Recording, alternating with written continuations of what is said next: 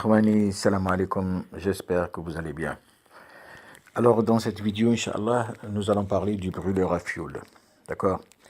Alors ce brûleur, normalement qu'on trouve un peu partout et il est accompagné d'une chaudière. Là où vous avez une chaudière, vous avez automatiquement un brûleur. Alors les brûleurs, bien sûr, il existe en deux, c'est-à-dire les brûleurs qui travaillent avec du fioul, comme il existe des brûleurs qui travaillent avec le gaz. Donc c'est les deux types de brûleurs qui sont les plus répandus. Donc dans cette vidéo, nous allons parler uniquement du brûleur à fioul.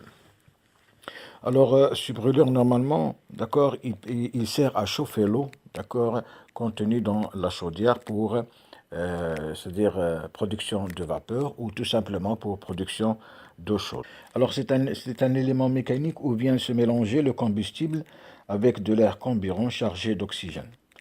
Donc ce procédé il permet la production de chaleur par la combustion du fioul. Donc le mélange air-fioul doit être le plus précis possible afin d'éviter les imbrûlés provoquant c'est-à-dire une baisse de rendement du brûleur. Alors pour que le brûleur puisse fournir une flamme et chauffer l'eau de la chaudière, il faut les trois composants du triangle du feu. C'est-à-dire il faut qu'il y ait un combustible, dans notre cas ici le fioul. Il faut qu'il y ait un comburant, c'est-à-dire l'air d'accord, que nous devons aspirer pour mélanger avec le combustible afin de créer la flamme. Et il faut bien sûr une source de chaleur, c'est-à-dire un moyen d'allumage. Alors automatiquement, le brûleur, il doit répondre à ces trois conditions pour qu'il puisse exister une flamme. Et nous allons voir dans le descriptif des différentes pièces qui composent le brûleur que nous avons effectivement ces trois circuits qui existent dans le brûleur et qui répondent, c'est-à-dire au triangle de feu qui est très connu pour la combustion. Voyons un peu sur le schéma simplifié d'un brûleur les différents circuits, d'accord, qui existent. Nous avons bien sûr le circuit d'air.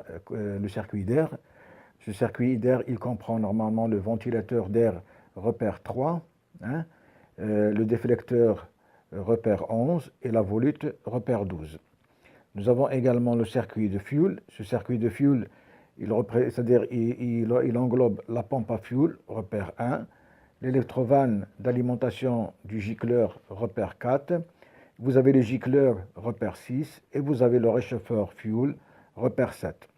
Et bien sûr, le circuit d'allumage, il se compose des électrodes repère 9, du transformateur repère 5, de la cellule repère 10 et de la tête de combustion repère 13. Et en plus de tout cela, vous avez le moteur électrique repère 2 qui entraîne la pompe et le ventilateur, et bien sûr une boîte de contrôle repère 8 qui gère toutes ces séquences. Alors voyons maintenant, c'est-à-dire ces différents éléments qui composent le brûleur, d'accord, on va en parler un peu plus en détail. Donc vous avez la pompe à fuel, donc elle alimente, c'est-à-dire le brûleur avec le fuel provenant de la cuve. Donc elle est équipée d'un régulateur de pression qui renvoie le surplus de fuel nécessaire à la combustion. Vous avez également le ventilateur. Alors ce ventilateur, il fournit au brûleur l'air nécessaire à la combustion du fuel. Son bon fonctionnement permet de minimiser les résistances que rencontre l'air jusqu'à la flamme, d'accord, et les résistances rencontrées par la flamme dans la chambre de combustion. Donc c'est de l'air qui est dirigé, ou si vous voulez pulser. Vous avez également l'électrovanne. Donc c'est une vanne qui fonctionne de manière automatique. Elle sert à alimenter le gicleur en fuel en quantité suffisante pour la combustion. Le gicleur, lui, c'est une pièce maîtresse du brûleur. Le gicleur permet d'envoyer le fuel en gouttelettes de manière très dispersée, d'accord, de façon à favoriser le mélange air-fuel pour la combustion. Alors le réchauffeur de fuel, il permet de rendre le fuel contenu dans votre cuve moins visqueux afin d'en favoriser la combustion. Cette viscosité initiale est liée à la température de stockage dans la cuve, mais aussi aux caractéristiques propres du fuel contenu dans votre cuve. Si vous avez du fuel numéro 2, ce n'est pas comme si vous avez du fuel numéro 7. Et bien sûr, vous avez les électrodes qui permettent tout simplement d'allumer la flamme. Alors, un autre organe très important, c'est la tête de combustion. Donc, elle est composée de deux éléments, un embout qui permet de guider la flamme et un déflecteur qui permet de maintenir la flamme. Alors, vous avez également le transformateur. Alors, le transformateur, normalement, lui, il a pour rôle, d'accord, de créer l'arc, et de fournir, pardon, l'arc électrique prenant naissance entre les deux électrodes. Donc, ces électrodes sont soumises à une forte tension électrique, normalement plusieurs milliers de volts, et cette tension, elle est fournie par ce transformateur d'allumage.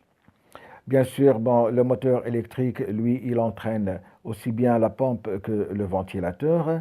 Et nous avons également pour la gestion du cycle de démarrage du brûleur, donc ce cycle, normalement, il est géré par la boîte de contrôle qui alimente tour à tour les autres composants du brûleur. C'est-à-dire qu'elle va gérer les différents cycles de démarrage et d'arrêt du brûleur.